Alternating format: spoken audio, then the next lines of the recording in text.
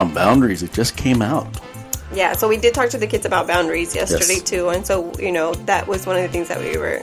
And they're very receptive. Yes, they were very. They were really receptive. And I'm telling you, I work with adults. And a lot of the adults, if they would have had these skills growing up, man, they probably wouldn't have been in the situations they're in now.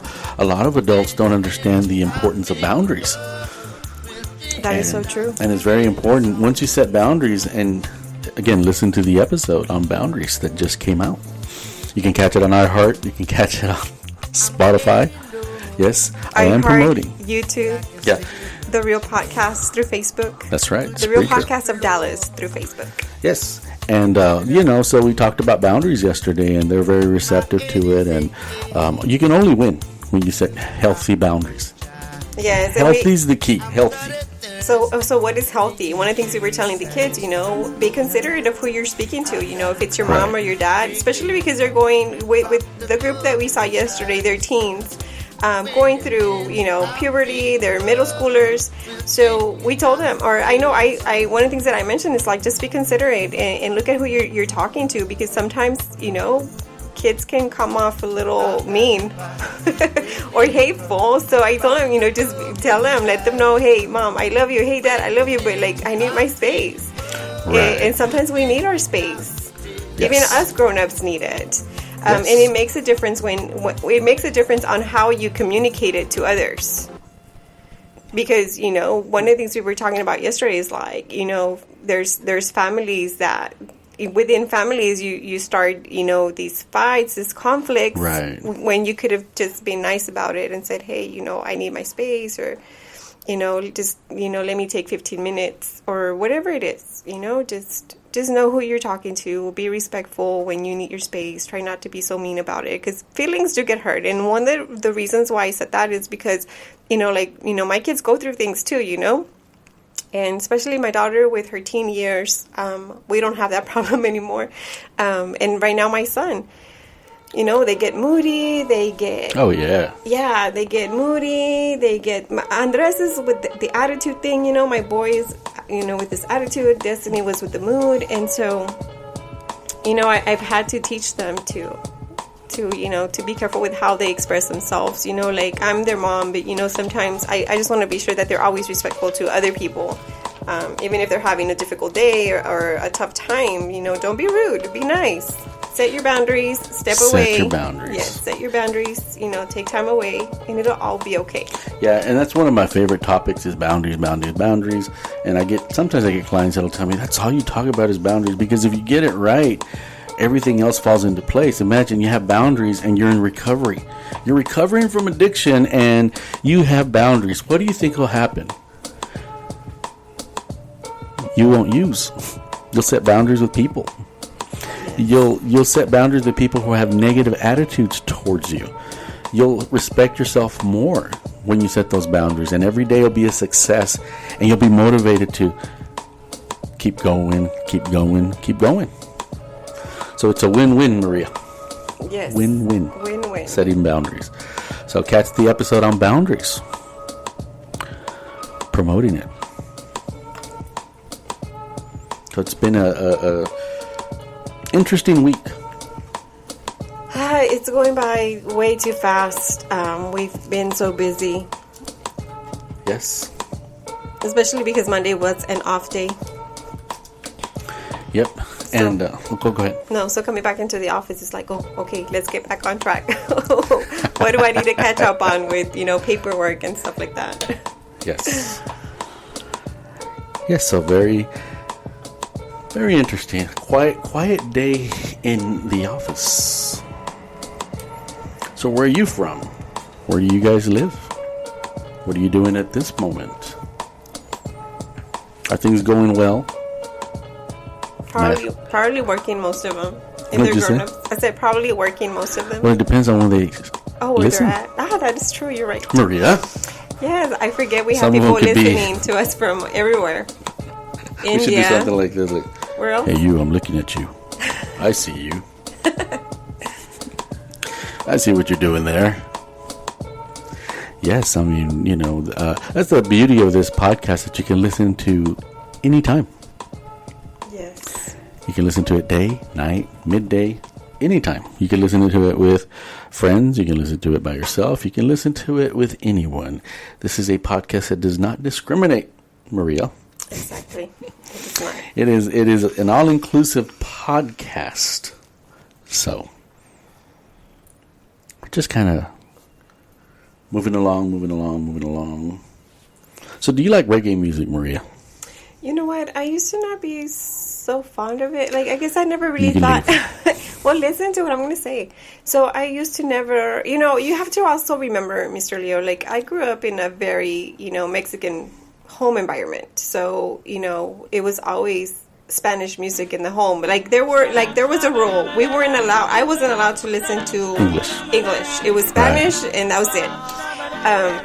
So, reggae is not like...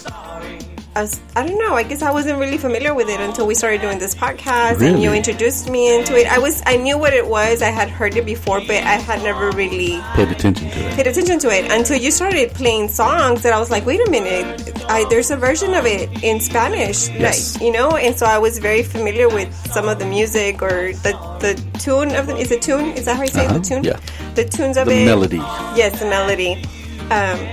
And then I started liking it, and reggae has formed a part of our podcast episodes. Every time there's always, oh my God, some of the lyrics that I've come across through reggae, I'm just like so impressed. I'm like, wow, these lyrics are like completely beautiful. Yes, and I'm hoping that this reaches Jamaica.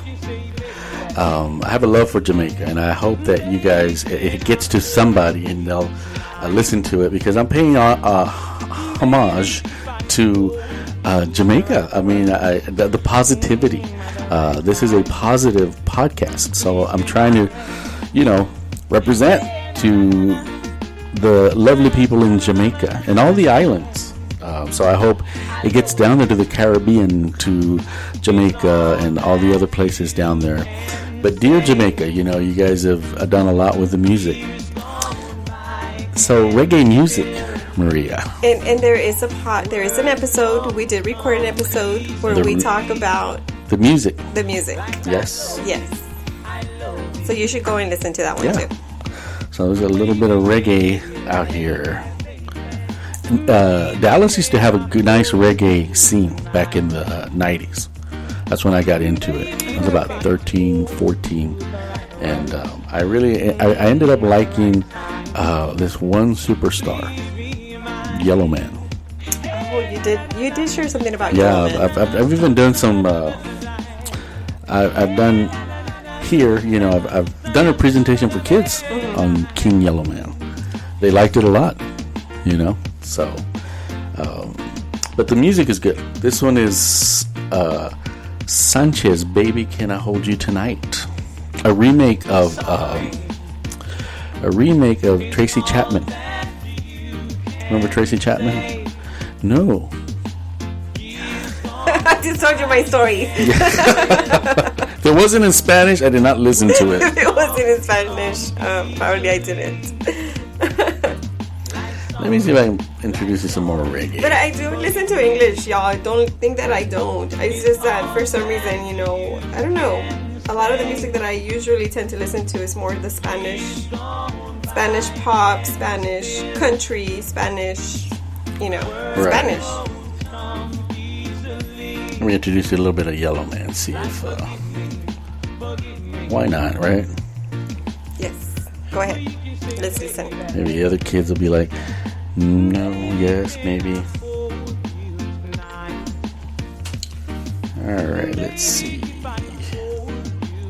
Moving a little slow.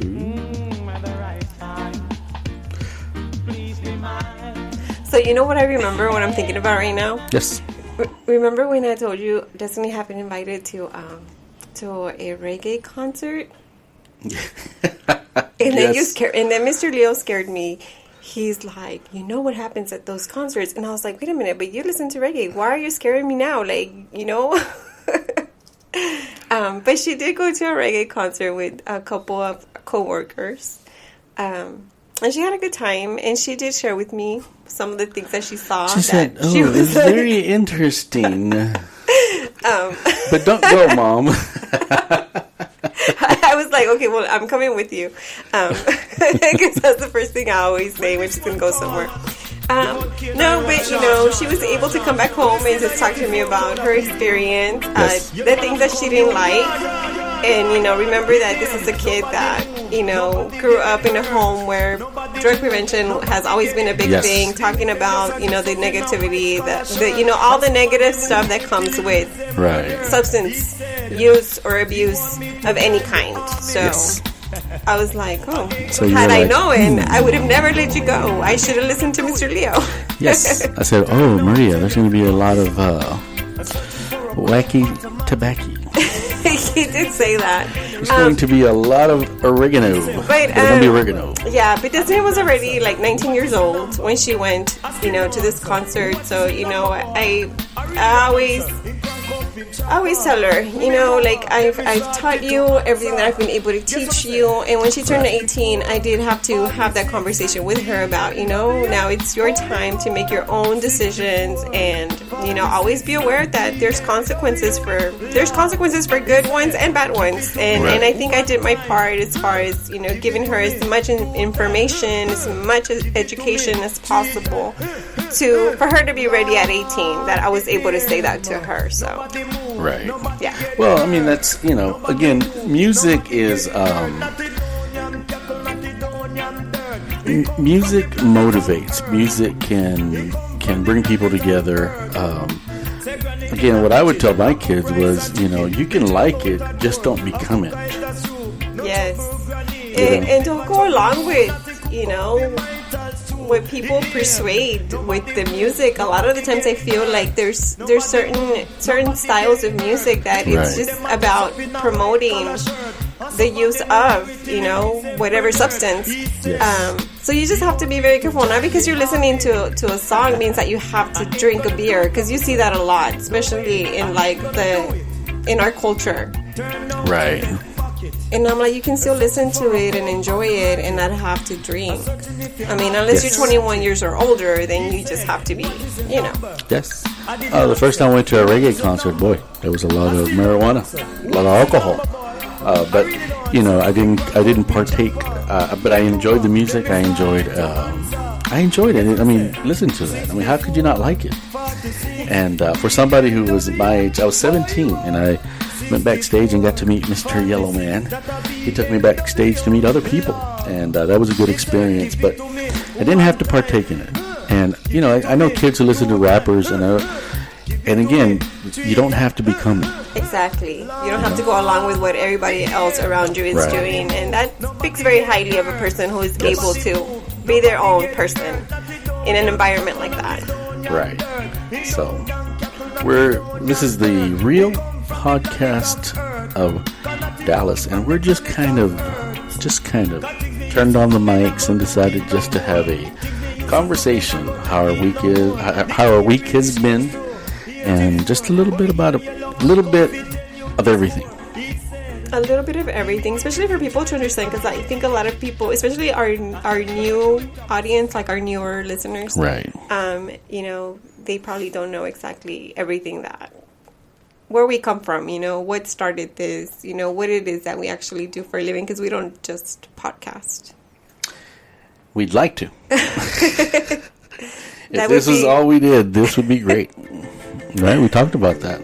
Oh no, the kids would be angry at us. They'd be like, y'all need to stop it with the podcast and come back to our school. Well, they went after us. They would be after us. Remember this one?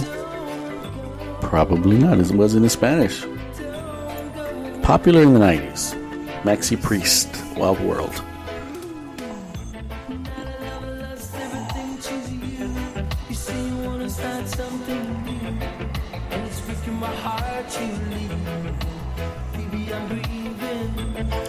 The real podcast of Dallas.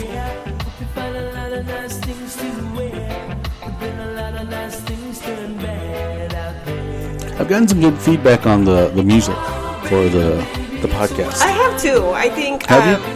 I was telling Mr. Leo, I contacted one of my cousins in Monterrey, And, you know, because I had shared the podcast with him, and he had, one time he responded, he's like, oh yes, I'm going to listen to him, but I never followed up with Right. him, and so I contacted him, and I said, hey, have you been listening to